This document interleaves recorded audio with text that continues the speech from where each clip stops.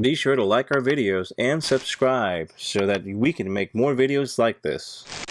Welcome to another edition of Red Screen Ninja. This edition I will talk to you about how to gamble smart and not be a dumb dead ninja. And how my typical routine that I do at some of these casinos. So just like these, I normally go in the casino and I start off pretty small. I go in there and I play these small machines first, $2 machine max bet or $5 machine max bet, and hoping I would hit a decent sized jackpot, $1,200, $1,500, or even bigger. And on this particular day, no different. My favorite polar high roller here, I like to sit down and play with it for a little bit, and either this or the progressive. Hopefully I get a few red spin, and it brings up $100 to $500-$600 easily. Hitting a few $100 to me is very easily. I think you can make a living just doing $100, $200 if you're okay with that.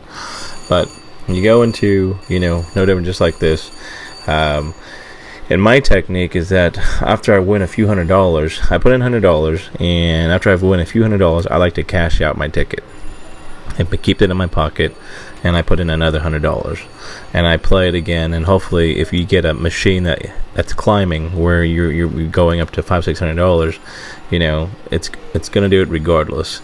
So I cash out my ticket, and I put in another $100 again. No different, you can trick the machine to thinking it's another player or so, and who knows, maybe the next player wins $100,000, wins, $50,000, whatever it is. But I notice I get better luck whenever sometimes I cash out my ticket, and to me it's a good practice too, and keeps me out of trouble, because now I have, I'm cashing out, and you get that repetition of cashing out, then sitting there and YOLOing it all and then losing your shirt. So, with a stack of $500-$600, until I run out of it, until I have to redeposit and put more $100 in, you do that a few times, you're like, maybe this machine is done for. So I would build it up, and I try to win $500-$600, and get a whole cash full of tickets to where I'm winning. And I think this particular machine paid me out over $1,000.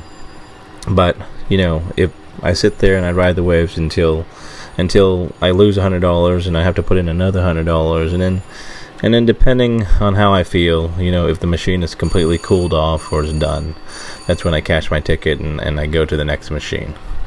Do I expect to hit, a hand pay on a $2 machine? You got to know your machines too. Some machines on a busy night will hit a jackpot, 5,000, 10,000, you never know. But the ones you see often, just like this particular machine, to hit 3 polar high roller, rarely comes out of this particular machine that I'm playing at. So I know what it's due for, but I know at least it'll give me a few $100.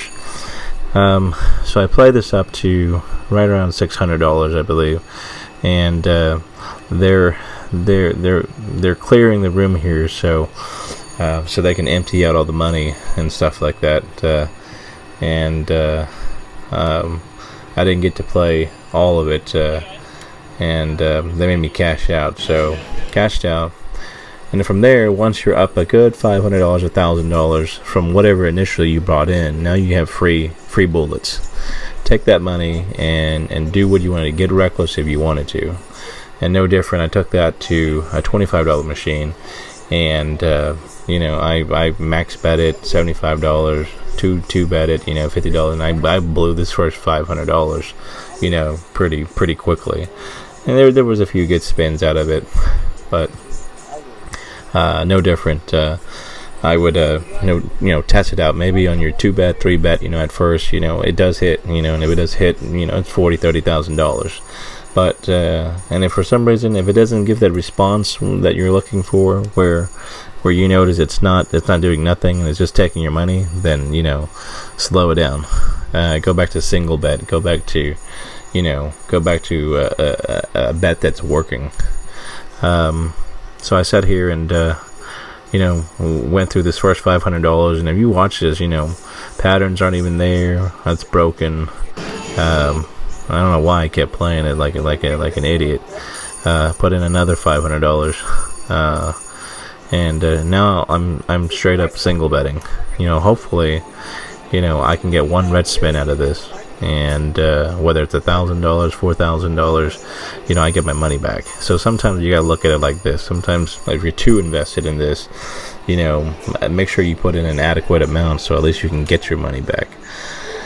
But when you're going in there midstream and then you blew your first $200-300 and then you walk away from it, and then again somebody else jumps to it and then hits a jackpot off of it, it kind of sucks.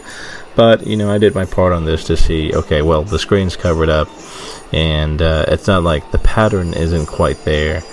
But for some reason, I had my hopes on this machine that night, and what really sucks was that, again, like little wins here and there, 5 and 10, and it makes you feel a little bit special here. But there was no red spin from this effort here, but it kept me busy for a good minute.